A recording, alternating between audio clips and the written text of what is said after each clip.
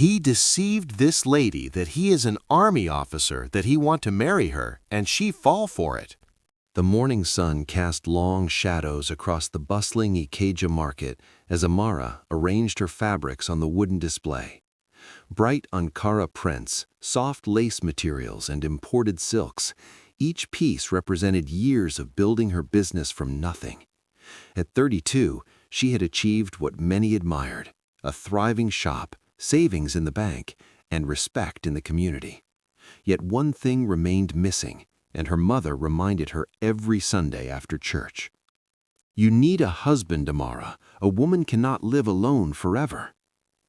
That Tuesday started like any other. Customers haggled over prices, children ran between stalls, and the air filled with the mixed scents of fresh pepper and frying plantains. Then he walked in. He was tall, with broad shoulders and a confident stride. His haircut was military sharp, and he wore a crisp olive-green shirt that looked official enough. When he smiled at Amara, something fluttered in her chest, a feeling she had almost forgotten. "Good afternoon, madam," he said, his voice deep and smooth. "I'm looking for quality material for my sister's wedding. They told me you have the best fabrics in this market." Amara felt her cheeks warm. "Thank you, sir. Yes, I have many beautiful fabrics. What colors is she interested in?" As she showed him various materials, he introduced himself. "My name is Chidi. I'm a soldier stationed at the Ikeja cantonment. I just returned from a peacekeeping mission in Mali." "Oh, a soldier." Amara's eyes widened with interest. A military man, stable, disciplined, honorable, exactly the kind of man her mother prayed she would find.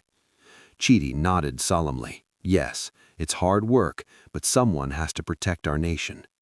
He purchased an expensive lace material, paying with crisp bills that made Amara's respect for him grow even more. Before leaving, he paused at the entrance.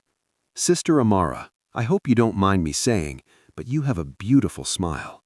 May I come back to see you, not just for fabrics?" Amara's heart raced.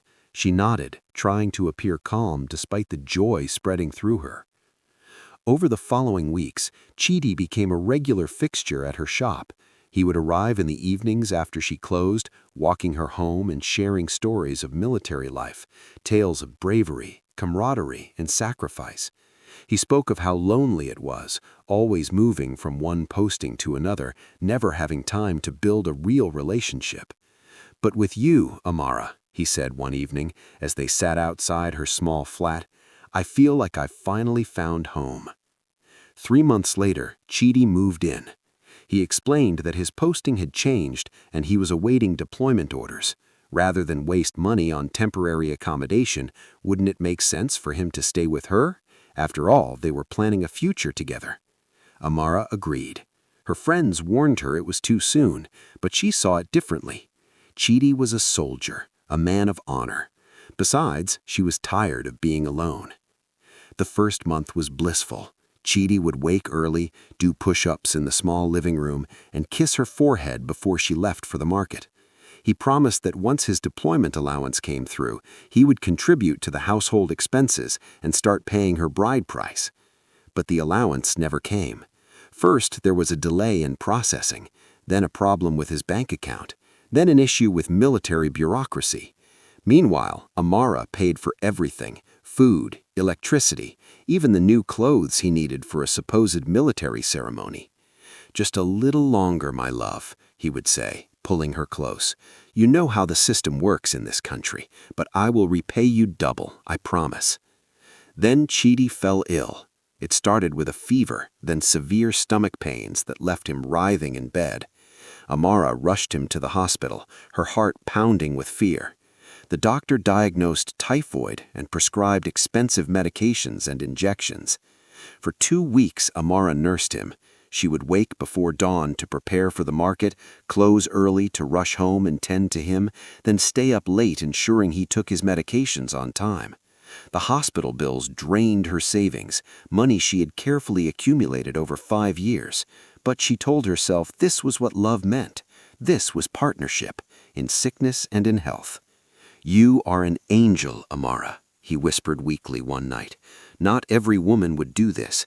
When I'm well, I will make you the proudest wife in Lagos." As Chidi recovered, Amara noticed small inconsistencies. His military stories sometimes changed in details. He never wanted to take her to the barracks to meet his colleagues. When she asked about his family, he became evasive.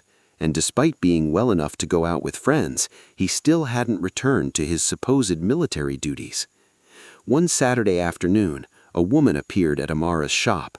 She was well dressed, probably in her late 30s, and her face carried the hardness of experience. "Are you Amara?" the woman asked without greeting. "Yes, how can I help you?" "My name is Blessing. I need to warn you about the man you're living with, the one who calls himself Chidi, the soldier." Amara's blood ran cold. "What are you talking about?" Blessing sat down heavily on the wooden bench. "2 years ago, he came to my restaurant with the same story. He was a soldier, just returned from peacekeeping, lonely, looking for a good woman. I fell for it completely. He moved in with me. I paid for everything, rent, food, even his mother's hospital bills, or so he claimed." "No," Amara whispered, but Blessing continued. "Then he got sick, very sick. I spent almost 2 million naira on his treatment. After he recovered, I started asking questions. I went to the barracks myself.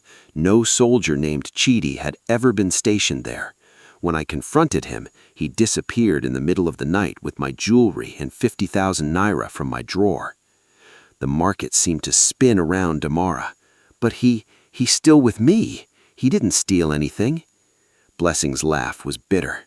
"He doesn't need to steal if you're giving freely. Sister, run a background check. Ask to see his military ID. Better yet, follow him one day and see where he really goes." After Blessing left, Amara felt numb. She wanted to believe it was all a mistake, that Blessing had confused her Chidi with someone else, but doubt had planted its seed. That evening, while Chidi slept, Amara went through his belongings, something she had never done before. In his bag, she found no military ID, no posting letters, nothing official. Instead, she found a notebook with names and dates. Her name was there, with "Started October 15th" written beside it. Above hers were 3 other women's names, including Blessing's. Next to each was an amount of money. Amara's hands trembled as she read. This was a record, a scorecard of his cons. She sat in the dark living room until dawn, staring at the notebook, feeling every emotion: betrayal, rage, shame, and underneath it all, a deep humiliation. How could she have been so blind? How could she have given so much to someone who saw her as nothing more than a mark? When Chidi woke and came into the living room, he found Amara sitting there, the notebook open on her lap. "Amara, baby, good morning." He stopped when he saw what she was holding. "Who are you?" Amara asked quietly. "And I want the truth." Chidi's face shifted through several expressions: surprise, calculation, then resignation. "Amara, baby, I can explain. Are you a soldier?" Silence. "Answer me." "No," he admitted, his voice small. "I'm not." Amara stood up, and despite her breaking heart, her voice was steady and cold. "I know about Blessing. I know about the others. I know you've been lying to me from the very first day. You are not a soldier. You are a thief and a liar." Chidi's face hardened. "Amara, listen." "No, you listen. I want you out of my house, now. Take your things and leave before I call the real police."